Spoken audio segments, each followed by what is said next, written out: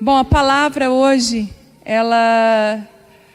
quando o Telmo falou para mim, quando eu percebi que a cirurgia estava a postos, eu perguntei para o médico assim: ô doutor, é o seguinte, eu quero saber de ti uma coisa. Como é que vai ser o pós-cirúrgico? Aí ele deu aquela risadinha assim. Aí ele assim: essa é uma das cirurgias que o pós-cirúrgico é um dos piores. Aí eu assim: por quê? Porque dói muito? Porque eu já estava me preparando. Ele assim: não, mas porque a recuperação ela é lenta e precisa ser muito bem feita. E então ele está se cuidando e na próxima semana eu creio que ele também não vai conseguir estar aqui, mas na outra, se Deus quiser, ele vai estar.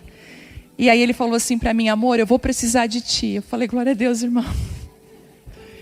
Eis-me aqui. Eu digo que ele tem uma graça para ministrar no culto de domingo, mas também há muito tempo alguns irmãos pediam para mim: pastor, a gente quer te ouvir ministrar, é só para as mulheres. E eu quero dizer para vocês que na quinta-feira tem muitos homens vindo, viu, na reunião de mulheres. O Telmo disse que vai pegar um por um. Daí eu falei: amor, Telmo, e eles disfarçam: não, eu vim buscar minha esposa, 7h30 eles já estão ali. Aí eu percebi, e eu me sinto muito acolhida hoje nesse domingo ministrando para vocês. Há um tempo Deus tem falado comigo, desde o ano passado, sobre mesa, sobre mesas. E eu falei assim: Deus, por que o Senhor está falando sobre a mesa de uma forma tão forte? E até ministrei na quinta-feira uma palavra sobre mesa cirúrgica, que Deus falou comigo. Mas essa palavra, ela nasceu da necessidade que eu percebi que Deus estabelece algumas mesas para a gente sentar e estabelece outras para a gente levantar e sair. E nós, como cristãos, nós precisamos entender as mesas que Deus está colocando para nós e aquelas que Ele está dizendo assim: ó, eu quero que você saia dessa mesa. Uma das coisas que vai fazer muita diferença na nossa vida é com quem nós andamos e com quem nós nos relacionamos. As alianças que nós fazemos contam muito. Hoje, dia dos namorados, né, dia 12 de junho. Quem aí está com o seu cônjuge aí, em nome de Jesus? Glória a Deus, é o presente de Deus, amém? Teve presente aí, gente? Amém? Mesmo não tendo presente, deixa eu falar uma coisa para você. O presente está do seu lado aí. Lá em casa eu faço uma coisa interessante. A Vitória, desde os 5 anos, ela pediu uma irmã. Ai, mãe, eu quero uma irmãzinha, uma irmãzinha. E a gente descobriu que nós tínhamos dificuldade em engravidar. Fiz vários exames, fiz cirurgia. Eu fui engravidar quando a Vitória tinha 10 anos, 10 para 11 anos. E a Bela nasceu. E a gente sabe, quem é mãe de mais filho aí sabe que um filho não tem nada a ver com outro filho. Questão de dormir, de cansaço, né? A Bela veio chegando, gente. Aí, quando a Vitória chega assim para mim hoje, diz assim: oh, mãe, eu não aguento essa menina, mãe. Eu assim: vive o teu sonho. Esse era o teu sonho. Vive o teu sonho. Ontem mesmo elas estavam no quarto se brigando, porque uma pegando o negócio da outra. A Vitória: mãe, me ajuda. Eu falei: vive o teu sonho. Então eu estou falando para você aí: vive o teu sonho. Vive o teu sonho. E graças a Deus, porque Deus, Ele, através de alianças, por isso que quando eu vejo um casal solteiro começando a se relacionar, a gente tem tanto temor. Porque essa pessoa vai influenciar diretamente quem você é. Eu estava lendo hoje sobre Salomão. Salomão, um homem de grande sabedoria, gente. Ele é filho de Davi, escolhido, improvável. Construiu um templo, concluiu uma obra que Deus colocou na mão dele. Davi queria fazer, mas Deus falou para Davi: não vai ser você, Davi, vai ser Salomão. Vai ser a próxima geração. Ele escreve Eclesiastes, Provérbios, de uma sabedoria. Mas se você ler ali, ele vai dizer assim, que ele se corrompeu pelas mulheres que estavam ao lado dele. Ele começou a pegar os costumes. Alianças erradas te roubam do propósito. Às vezes a gente se relaciona para ajudar e no fim das contas, quem precisa ser ajudado é você depois. Então cuidado com as alianças que você faz. Cuidado com quem você anda junto, você vai ficar parecido. E eu queria falar hoje um pouquinho sobre mesas, sobre troca de mesas. Quando Deus estabelece trocar as nossas mesas. Porque quando eu falo trocar mesa, eu falo de troca também de relacionamentos, de convívio.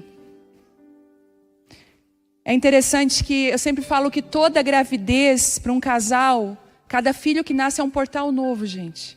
E uma das coisas que um bebezinho faz é selecionar os amigos. Porque a vida social daquele casal vai ficar por um tempo complicada.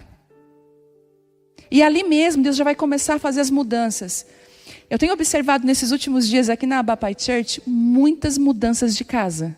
Gente mudando de casa. Quem aqui mudou por esses meses de casa? Fez mudança. Gente, olha isso. Eu sabia que tinha mais gente. Tem uma estação profética de mudança aqui. E se você tem promessa de mudança, eu quero te abençoar para que ela aconteça. Mudanças de casas. Deus tem feito muito isso. Trocas de mesas. E eu queria falar sobre algumas mesas que Deus nos ensinou. Mesas que são estratégicas para nós. Para esse tempo. Queria que você abrisse Daniel 1:8. Se você está com a sua Bíblia aí. Daniel 1:8. Não, vou contar uma coisa para vocês. Eu sou obrigada, eu estou me coçando. Eu vou me vingar do que ele fez domingo passado. Da mensagem. Que se ele mostrasse aquela mensagem, gente. Quase que eu lá no hospital eu fiz assim, tá vendo? O que é que faz? Quase que eu bati uma foto dele assim, tá vendo o que ele fez domingo? Olha onde ele tá. Mas não fiz, né? Não teve nada a ver. Gente, o médico disse assim pra mim, ó. Que Deus me perdoe, Senhor. O médico assim pra mim, olha. Tu vai tirar o curativo depois só de 3 dias. É aqui na coluna, né? 7 centímetros de corte. Tu vai tirar depois de 3 dias. Então tu passa na farmácia, compra as coisas, fazer o curativo. E depois de 3 dias tu tira o curativo dele e troca, só trocar, fazer a troca. Não precisa passar nada e tal. Falei, tá bom. Deu 3 dias, eu falei, tem amor, chegou o dia da troca do curativo. Ele já ficou branco. Ele assim, eu falei, toma banho, vou te ajudar. E aí a gente vai trocar esse curativo. Aí depois que ele voltou do banho e tal, colocamos o pijama, eu falei, agora eu vou tirar devagar o curativo, tá bom? Eu comecei a puxar devagar, gente. Ele começou assim, ó, eu tô ficando mal. Eu tô com vontade de vomitar. Quando eu olhei para ele, ele tava branco, suando frio. Gente, a canela dele escorria água. Eu falei, que é isso, Telmo? Aí ele assim, acho que eu vou cair, eu vou desmaiar. Eu falei, não, calma, senta. Sentei ele, eu falei, mas o que está acontecendo? Eu olhei assim, é medo de tirar o curativo. Gente, ele passou mal. Amém, já me vinguei. Vingança não é de Deus. Aí, tipo assim, né? Aí eu troquei o curativo, foi tudo bem, tá tudo certo. Tô trocando todo dia. E todo dia, gente. Agora eu falei, agora eu não troco mais teu curativo, eu tô de pé. Deita que eu vou trocar o teu curativo. E ele passa mal toda vez que a gente troca o curativo. Vamos lá, Daniel. Pode rir bastante. Daniel, porém, decidiu não se contaminar com a comida e o vinho que o rei lhes tinha dado.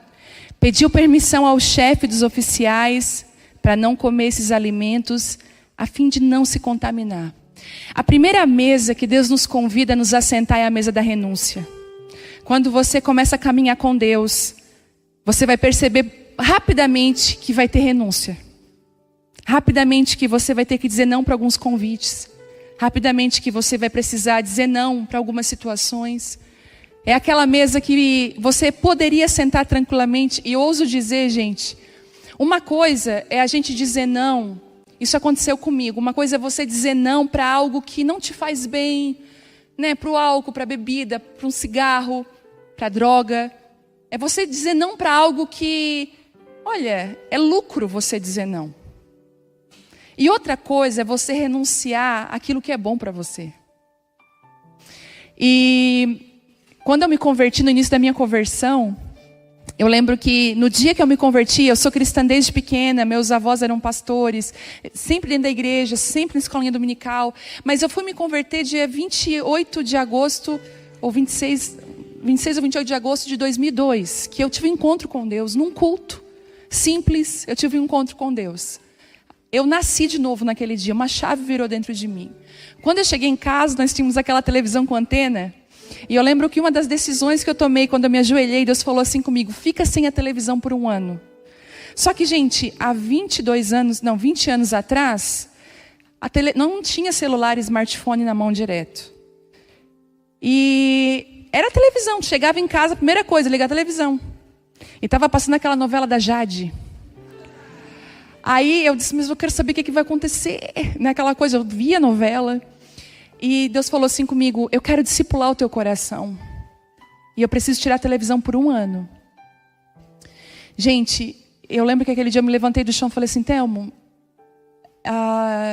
eu vou ficar sem assistir televisão por 1 ano. A televisão estava dentro do quarto. E ele disse assim para mim: por quê? Eu fui orar e Deus me pediu. E ele assim: então nós vamos ficar sem televisão por 1 ano. É tão bom quando você casa com alguém que está na mesma direção que você. Ele quebrou aquelas antenas naquela época, era de antena, quebrou ela, jogou no lixo e disse assim, para a gente não ter, não correr o risco de ligar ela um dia. E a televisão ficou lá e a gente renunciou. E foi maravilhoso, porque a gente não imagina como nós somos discipulados por aquilo que nós vemos e ouvimos. Os seus olhos, a sua boca são portas. Aquilo que você vê influencia direto. Hoje, os anúncios, do Google, na internet, você fala, eu cheguei no celular do meu marido, anel, viagem.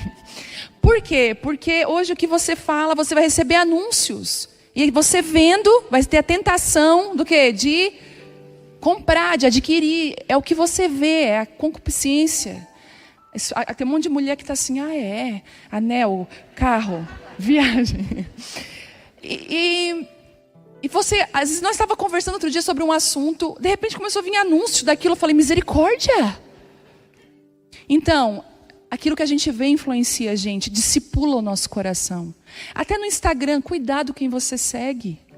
Outro dia uma mulher assim para mim, veio toda triste, magoada, com o marido do lado, ele com um cara assim, sabe aquela cara amarela? Ela assim, pastora, eu estou muito triste, porque assim, fui no Instagram dele, ele segue um monte de mulher que eu não conheço, e aí ele falou assim para mim, nada a ver. Eu falei, nada a ver. Eles estavam aqui na frente, eu comecei a ministrar com ele, eu falei, aí ela falou assim, uma dessas mulheres que ele segue, aí uma musa fitness aí. Eu falei, meu amigo, o pecado está à tua porta. Isso influencia a nossa vida, aquilo que nós vemos, o que nós seguimos. É por isso que a palavra diz seguidores de quem? De Jesus. Aquilo que você segue, aquilo que você vê influencia. Então é muito bom, vamos dizer assim, é louvável, aplausível a gente abrir mão, renunciar de coisas que, graças a Deus. Mas no ano de 2007, depois de 5 anos, Deus me pediu para ficar 1 ano sem ministrar. Deus falou assim, eu quero que você largue o microfone, larga a plataforma, vai ministrar com as prostitutas, vai para as zonas de prostituição, ministra com as presidiárias, que elas são minhas filhas, vai para os bairros mais carentes dessa cidade, fique no meio deles. Foi naquela época que eu doei meu guarda-roupa. Deus falou, tu não vai precisar de roupa chique. Tu vai precisar de uma camiseta, uma calça jeans e um chinelo, porque é para esse lugar que eu estou te mandando. Aí eu vou dizer uma coisa para você, quando você renuncia aquilo que renúncia mesmo para você, vai vir um benefício. Mas quando você renuncia aquilo que você poderia ter, mas você não tem, porque você ama a Deus e você obedece a Ele, uma autoridade jamais vista te abraça. É uma graça. Você está conversando com alguém, do nada, no meio do mercado, a pessoa diz assim, tem alguma coisa na sua vida diferente? O que você tem que é diferente? Quando você abre a boca, tem graça. Você vai fazer algum negócio, vai ter uma conversa com o seu marido, com a sua esposa, tem graça de Deus. Ele te autoriza. Sabe o que acontece? O maior problema é a gente querer se mover sem entrar na mesa da renúncia, sentar na mesa da renúncia. Nós vamos ter que renunciar. Porque Daniel diz que era um banquete, era um manjar. Gente, imagina, muito crente vai dizer, Deus está me honrando, olha que mesa linda. Ele discerniu na hora, essa mesa vai me roubar do propósito. E eu digo que não é o tempo difícil que nos afasta de Deus. O tempo difícil, na verdade, ele nos leva para Deus. São as distrações, os tempos bons que nos afastam. É a bonança, é a mesa cheia. E Daniel toma uma decisão. Ele vai então comer, ele se assenta numa outra mesa, numa mesa com pouco. Só que essa mesa vai te conferir uma autoridade. Olha o que ele fala. Daniel 1,15, olha o que diz. Passados 10 dias, Daniel e seus 3 amigos pareciam mais saudáveis e bem nutridos que os outros rapazes que se alimentavam da comida do rei. Depois disso, o assistente só lhe dava legumes em vez da comida e do vinho servidos aos outros. E olha só, Deus concedeu aos 4 rapazes aptidão incomum para entender todos os aspectos da literatura e da sabedoria. E olha o que a Bíblia diz, mas a Daniel. Uma coisa, escute, é você ir na onda do outro. Você vai ser abençoado? Claro que vai. Daniel falou, vou me abster. Os 3 amigos falaram, na hora, eu também, não vou comer disso aí não. É maravilhoso a gente ter amigos que nos influenciam. Nos ensinam onde devemos ou não devemos estar. Eu amo andar com gente que ama Deus. Ou coisa boa. Ou coisa boa. Ter gente que te dá direções claras para nós. Todo relacionamento que te afasta de Deus, que te faz errar, não é de Deus, gente. É simples assim. E aí eles vão e copiam o que Daniel faz. Tem muita gente que copia. Tem uma graça sobre eles. Tem muita cópia hoje, muita impressora. Graças a Deus, amém. Estão replicando o que é bom. Tem uma graça sobre eles. Mas a Daniel, aqueles que estão se posicionando, aqueles que são precursores, aqueles que são os primeiros. Mas a Daniel, ele concedeu uma capacidade especial, diferenciada dos demais. Como se Deus destacasse Daniel. E concedeu a capacidade especial de interpretar sonhos e visões. Não era só uma revelação. E aquilo que Deus deu para Daniel ia encaixar na crise daquele palácio. Aquilo que Deus te dá no momento você não entende nada. Você vai dizer, legal. Quantas coisas Deus colocou na mão minha e do Thelma. A gente dizia, bonito, né? Nós não imaginávamos que dali a alguns anos aquilo ali ia ser primordial. Ia ser resposta. A mesa da renúncia. E olha o que acontece. E ao término do período de treinamento ordenado pelo rei, o chefe dos oficiais levou todos os rapazes a Nabucodonosor. O rei conversou com eles e nenhum... A Bíblia é muito boa porque ela é clara. E nenhum o impressionou tanto quanto Daniel, Ananias, Misael e Azarias. E assim passaram a servir ao rei. Sempre que o rei os consultava sobre alguma questão que exigia sabedoria e discernimento, observavam que eles eram 10 vezes mais capazes. Mas sabe qual é o problema da renúncia, da mesa da renúncia? É que você, quando senta nela, parece que você está perdendo. Quando você renuncia a um relacionamento errado, mas a sua amiga do lado aceita o relacionamento errado, parece que ela está ganhando.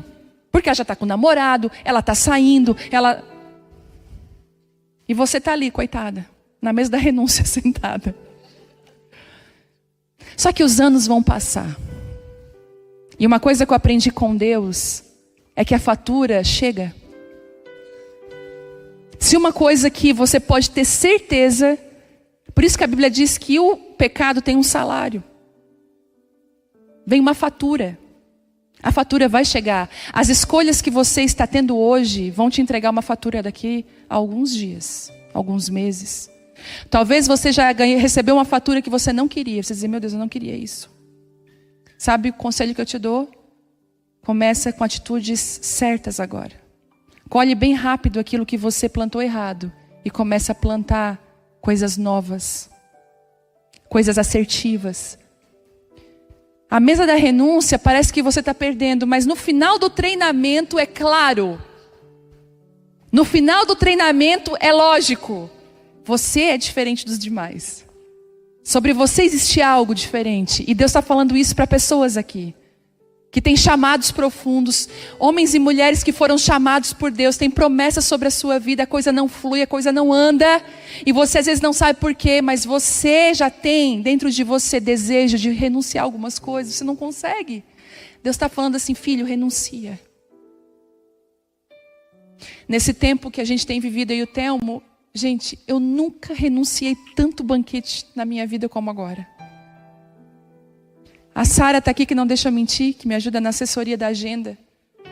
Eu comecei a dizer não para as agendas e olha como Deus é perfeito. Esse mês de junho eu ministro num lugar.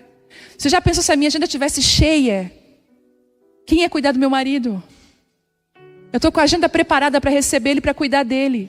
Eu teria que desmarcar tudo. Eu tenho uma agenda, é Floripa, bate e volta. Graças a Deus. Me convidaram para Boston, ministrar numa conferência de pais e filhos. Tantas coisas para esse mês. Deus falou assim, não aceita. E aí uma mulher chegou e disse assim para Sara, eu disse não, que eu não conseguia ir na cidade dela. A mulher falou assim, diz que a oferta é 10 mil reais.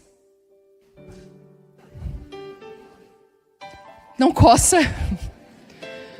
Eu não vou ser hipócrita. Ai, não. Coçou na hora. Falei, meu Deus. E aí Deus falou assim para mim, filha, não se assente nessa mesa. É a mesa que confere autoridade. É a mesa que não permite que você se perca no meio do processo. Sabe qual é o problema hoje que a gente vê? Tem muita gente começando certo, mas terminando muito errado. E não é como a gente começa, mas é como a gente termina. Então essa mesa ela é necessária. Talvez você já tenha que fazer renúncias. Às vezes deixar o trabalho, voltar para casa, cuidar da família. Eu não sei. A segunda mesa, essa Deus quer que a gente se assente. É uma mesa de restauração, é uma mesa de devolução. É uma mesa que Deus permite que a gente seja devolvido daquilo que sempre foi nosso, mas foi roubado. Às vezes você foi uma criança que cresceu sem um pai presente. Tem muitos homens e mulheres aqui que tiveram ausência paterna na criação. Foram criados por uma mãe guerreira. A gente vê muito essa figura no Brasil. Nós vemos muito no Brasil, as mulheres brasileiras, elas são muito fortes. Elas realmente são guerreiras. Elas acordam muitas vezes 5:30 da manhã, deixam o filho na creche, trabalham o dia todo. 7 horas vai lá, pega aquela criança, traz para casa. Tem poucos momentos com aquela criança, a criança está cansada. Dá um banho, dá uma comidinha, bota dormir. Vai fazer, se programar para o outro dia. Gente, isso é a realidade de muita gente. E muitos foram criados nas creches, jogados de um lado para o outro, por tia, por tio. Ali nasceu os abusos, todo tipo de dor. Coisas foram roubadas de você quando você era criança. Arrancadas de você. Eu queria ler 2 Samuel 9:7, que diz assim... Para ganhar tempo eu vou lendo, mesmo que você não precise abrir.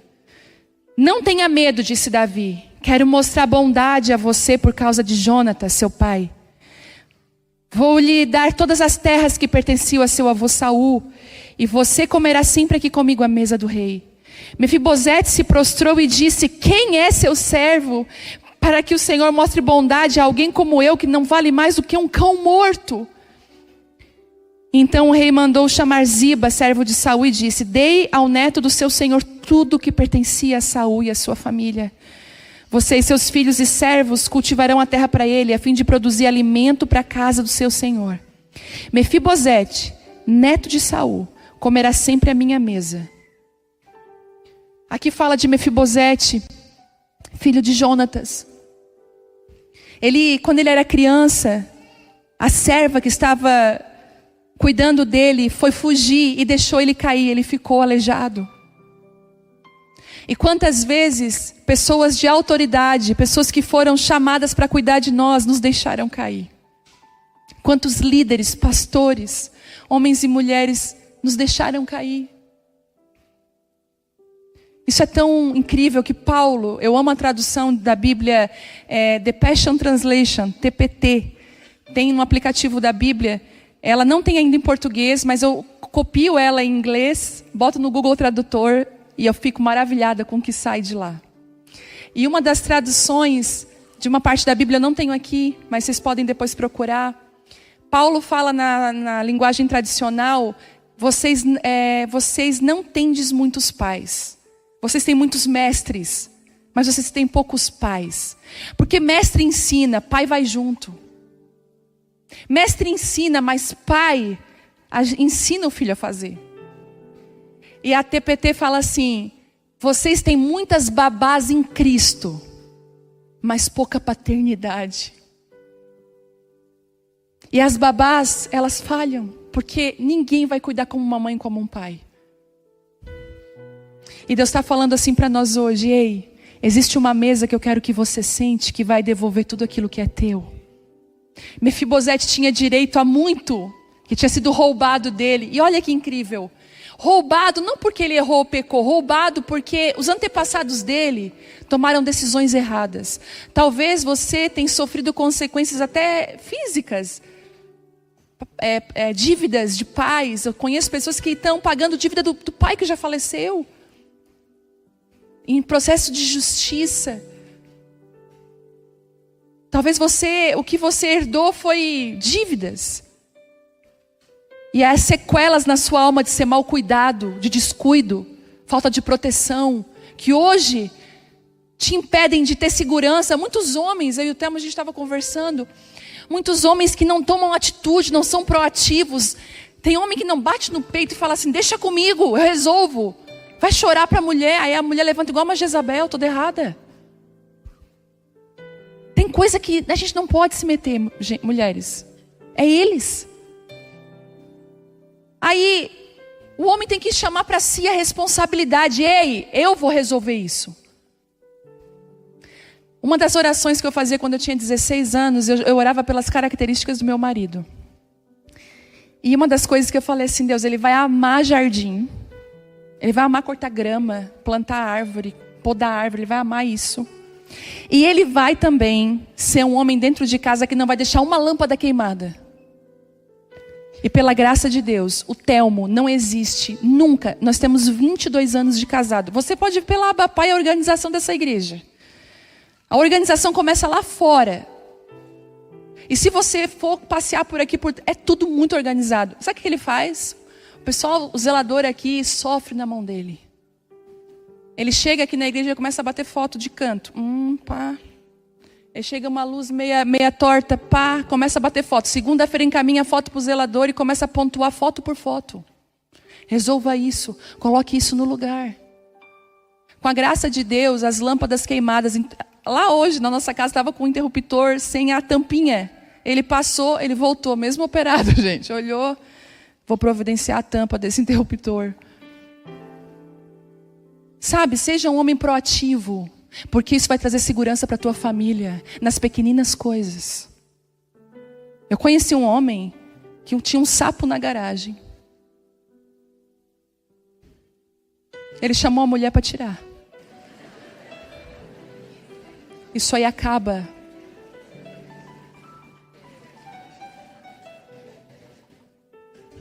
Mas sabe por que falta? Vocês estão rindo, mas é verdade. É igual assim: ai, fala tu. Diz que eu não posso, pelo amor de Deus. E talvez acontece isso porque você teve um pai ausente.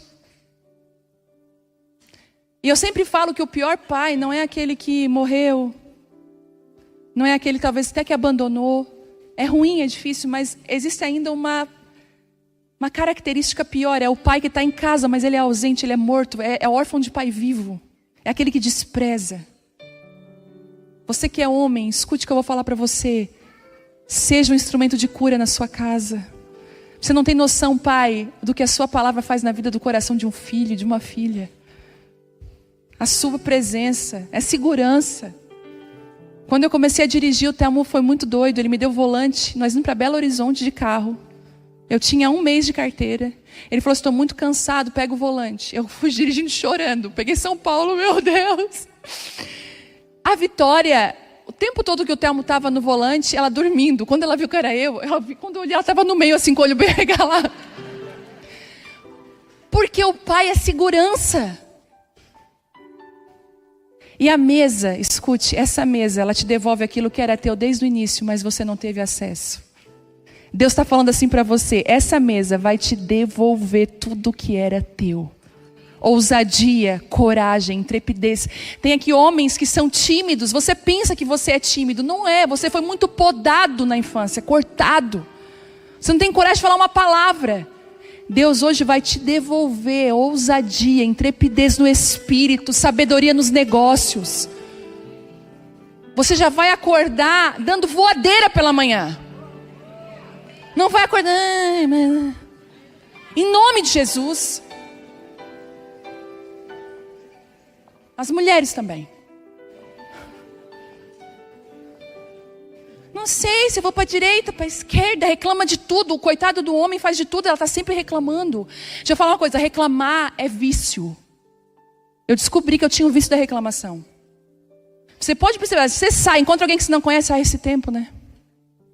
Nada a ver esse tipo de assunto. Se você for olhar na internet, o que mais dá like, o que mais dá visualização é BO. É desgraça. Bota ali uma coisa legal, ninguém dá bola. Sabe de uma coisa, começa o dia sendo grato. Eu acordei, meu Deus. Eu estou respirando. Quando a Teresa faleceu ano passado, minha sogra, ela, no outro dia, depois que a gente velou ela e tudo, enterrou, no outro dia, aquela situação difícil de mexer nas coisas. Eu aconselho a pessoa fazer já no outro dia, gente, porque já está doendo, já faz tudo uma vez só. Esse negócio de deixar para um mês para resolver. E as filhas dela também estavam lá, eu estava junto. E me deram um presente aquele dia. Ela tinha um quartinho de oração. Com uma escrivaninha, com gavetas. E aí disseram assim para mim: aquele quarto lá, tudo que tem lá é teu. Eu falei: a Bíblia dela escrita, os livros. Tem um livro que está me abençoando muito. Tem ali na lojinha para vender. É um livro maravilhoso. Do Bob Sworge. Respostas tardias para as orações, uma coisa assim. É um livro preto com vermelho. O fogo das respostas tardias. Que livro. Parece que aquele livro veio para consolar o meu coração quando ela se foi. Porque eu era muito amiga dela. Só que quando eu abri a gavetinha dela de oração, estava assim, ó: obrigada. Vários bilhetinhos pelo ar que eu respirei hoje. E não tinha um dia às 3 da manhã que aquela mulher não estava no banheiro orando e buscando a presença de Deus. Deus está falando assim para você nessa noite: ei, agradeça. Comece a semana agradecendo, vai ser diferente. E essa mesa te devolve aquilo que era seu desde o início. Eu quero profetizar nessa noite. Se você foi roubado, lesado, o Senhor está falando para você assim: você vai se assentar na mesa que vai te devolver tudo que é teu.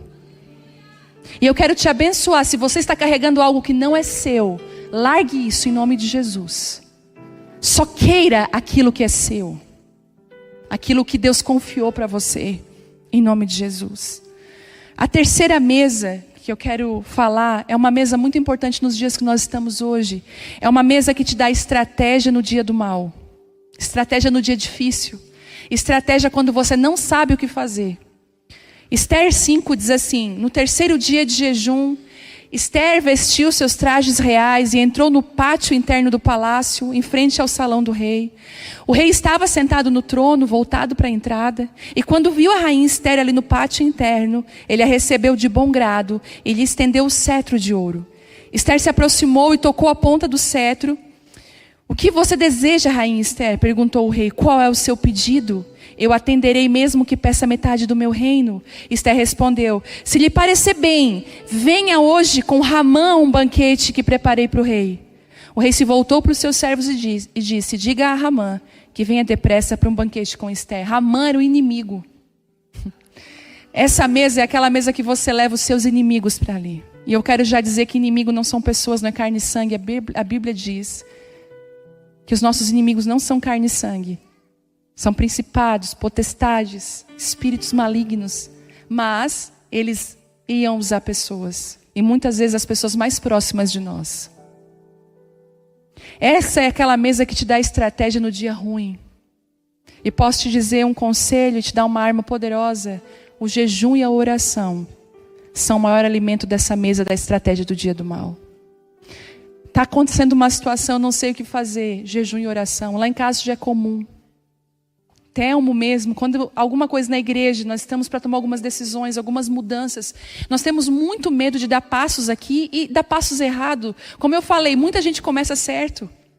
Paulo falou para Gálatas, o que enfeitiçou vocês, Gálatas? Vocês começaram tão bem, por que se deixaram se enganar? E tem muitos enganos, gente. E o Telmo sempre fala, amor, estou abrindo um jejum. Fica 3 dias sem comer nada. Dali, no 4º, 5º dia, depois que ele se restabelece, Deus vem com graça.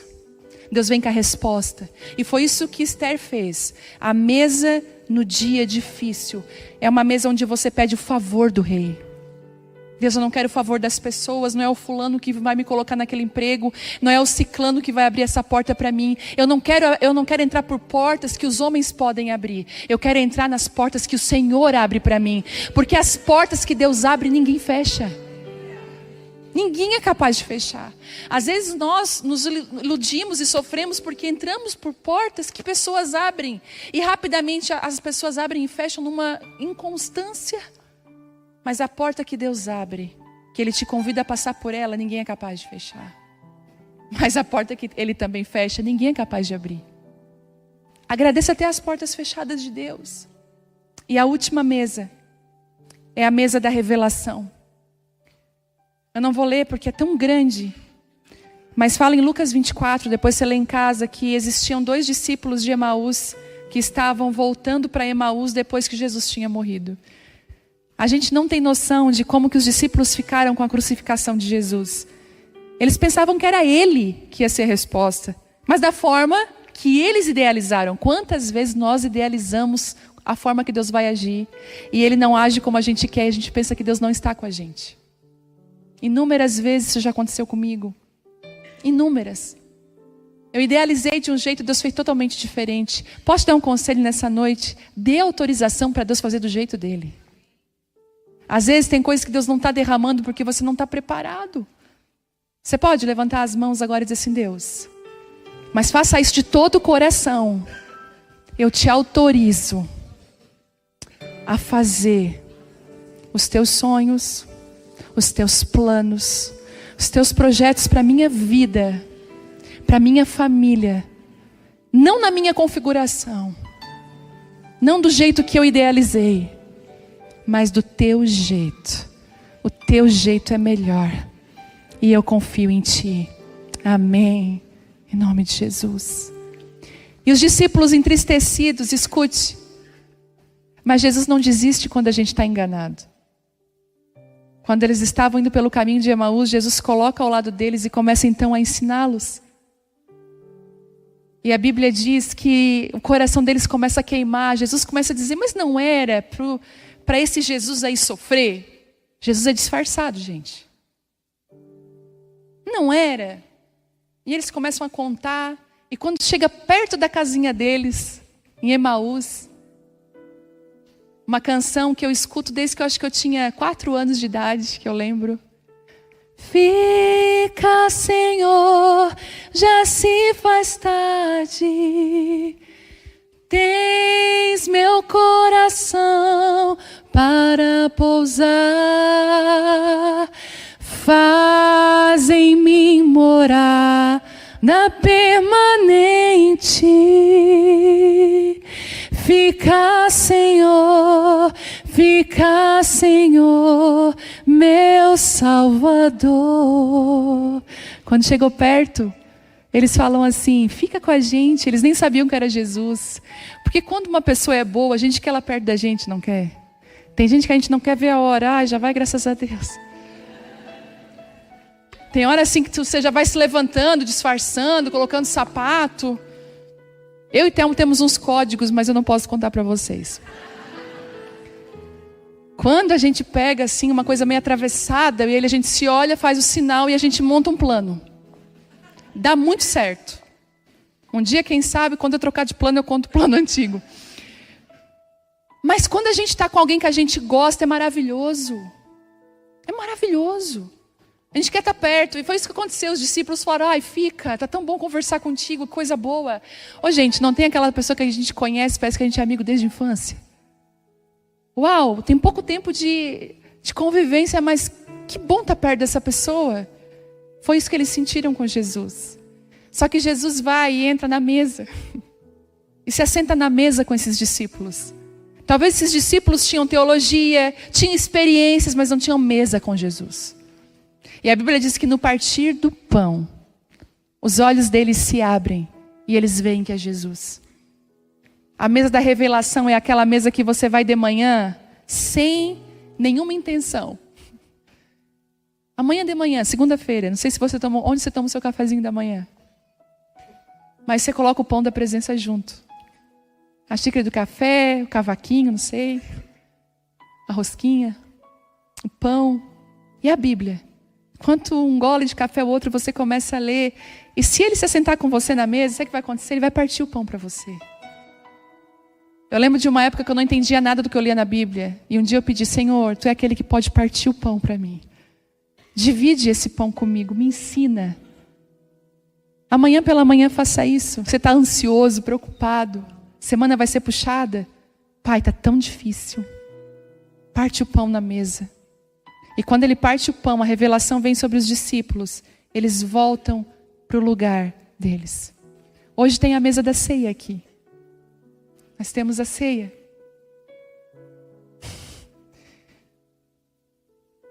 Hoje o pão vai ser partido. E na mesa da ceia tem revelação. Primeira revelação da mesa da ceia. Ele diz assim, examine-se o homem a si mesmo. Você não examina o que está do lado. Você examina você. E você começa a ver muita revelação aqui dentro. Deus começa a revelar coisas. Só que essa mesa não revela só o que está dentro de nós. Ela revela aquilo que Deus vê. Sabe o que eu aprendi, gente? Eu aprendi uma coisa. Um dia talvez eu possa abrir todas as guerras e lutas que eu estou passando ultimamente. Eu estou debaixo de muita pressão.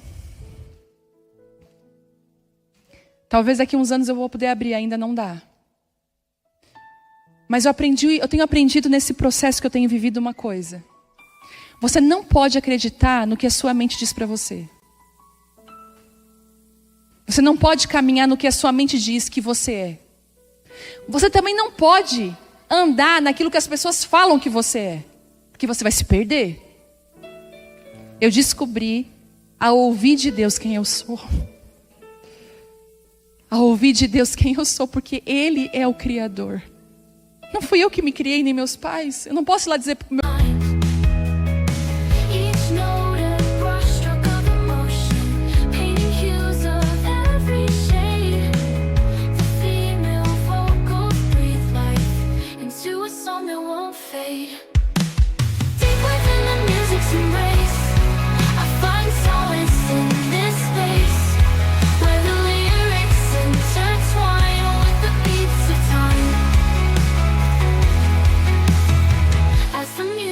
Evolves and shifts, I surrender to its gift. An experimental journey where the deep meets the sea. Deep within the music's embrace, I find solace in this space where the lyrics intertwine with the beats of time. The final chord fades away in the Pai, para minha mãe, o que eu faço?